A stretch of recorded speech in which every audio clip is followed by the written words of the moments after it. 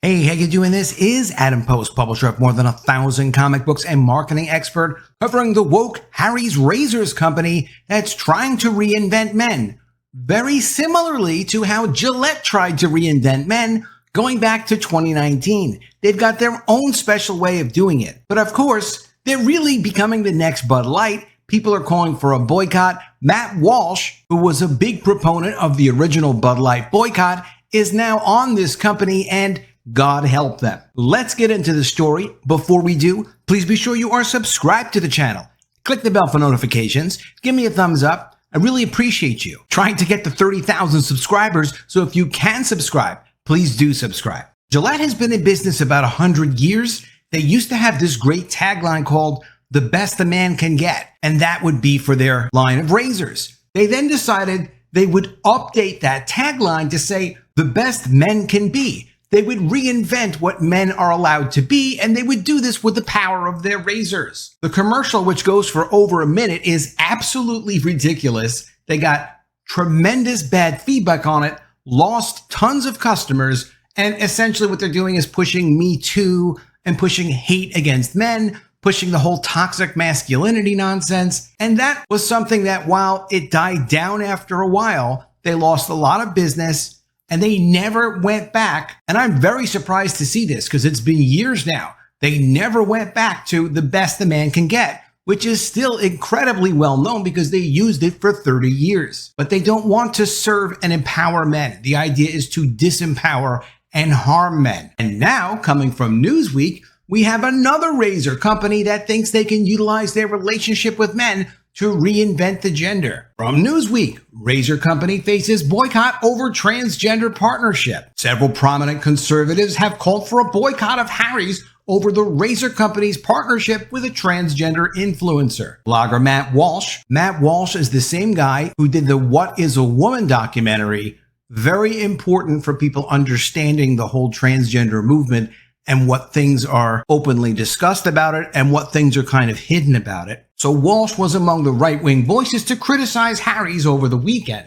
Writing on Twitter, Walsh wrote, "We've taken down Bud Light, now it's Harry's turn." As Walsh noted, the backlash against Harry's follows a widespread boycott of Bud Light and its parent company, Anheuser-Busch, after it was revealed April 1st that the beer brand had a small branded partnership with transgender influencer and activist Dylan Mulvaney. Several prominent conservatives, including Republican Representative Dan Crenshaw of Texas and musicians like Kid Rock, denounced Bud Light for the partnership, and Anheuser-Busch InBev continue to experience financial repercussions from the boycott. Quote, "This company only wants your business if you are uber woke. Everyone else should take the hint and take their money elsewhere," Walsh wrote in a follow-up tweet that included a viral video from End Wokeness, another great Twitter account, of Harry's CEO, Andy Katz-Mayfield, using the terms birthing parents and non-birthing parents. This is the tweet they're talking about.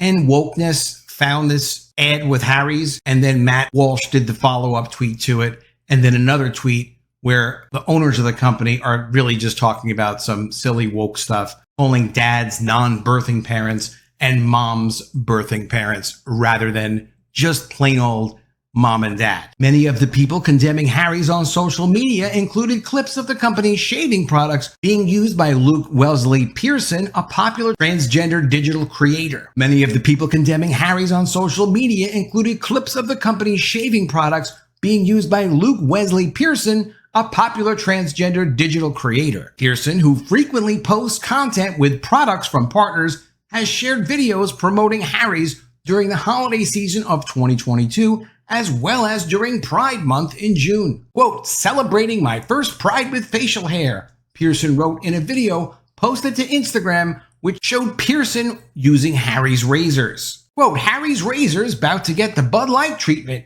Keith and Kevin Hodge, a conservative stand-up duo known as the Hodge Twins, wrote on Twitter. Quote, "Stop giving your money to these horrible companies." Graham Allen, host of the right-wing Dear America podcast, wrote in part, "End this madness with your wallet." Some people criticizing Harry's also seem to take exception with the company donating proceeds for its Pride-themed shaving set to the Trevor Project, which is a suicide prevention organization for LGBT youth. The Trevor Project has been criticized for doing some pretty controversial things, such as from National Review, LGBT organization that hosts explicit chat room, racks up major corporate partnerships, and millions in donations. However, it looks like the Trevor Project is laying off employees and really isn't doing all that well. Even so, you might want to think twice about doing business with Harry's Razors. Harry's Razors is now partnering with transgender people to promote its razors for a new campaign, the proceeds of which will go to the Trevor Project, right-wing social media activist Ian Miles Chong posted. Even though backlash was strong on Twitter about Harry's partnership with Pearson, some social media users defended the company and noted it's been long aligned with the LGBT community. Quote, Harry's trans-inclusive ad campaign that has the cancel culture crowd doing their thing is honestly adorable, and I guess the anti-woke mob missed that they featured a trans man in an ad in 2019. Or did they notice and nobody paid attention to them? Anyway, they're good razors.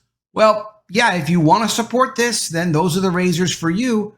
Just like if you want to drink Bud Light and you want to jump into a bathtub with Dylan Mulvaney, then that's for you as well. There's a whole array of products that you can support and companies you can support if you're into these kinds of strange things. Barron's was trying to defend Procter & Gamble because after their toxic masculinity commercials came out, which when we saw it, if you recall those commercials, it was absolutely ridiculous trying to attack men and never respecting men and not putting any kind of positive light on men when you're supposed to be serving men. Barron's was trying to cover for the company, they're a financial publication, and said this, don't blame my toxic masculinity for Gillette's woes. Coming from the Washington Examiner, Gillette's CEO did an interview with a publication called Marketing Week and literally said this, losing customers over #MeToo campaign is a price worth paying. They also had to do an $8 billion non-cash write-down. And their company is very adamant that it had nothing to do with the Gillette anti-men campaign. And I'm not inside their company. I don't have all their numbers,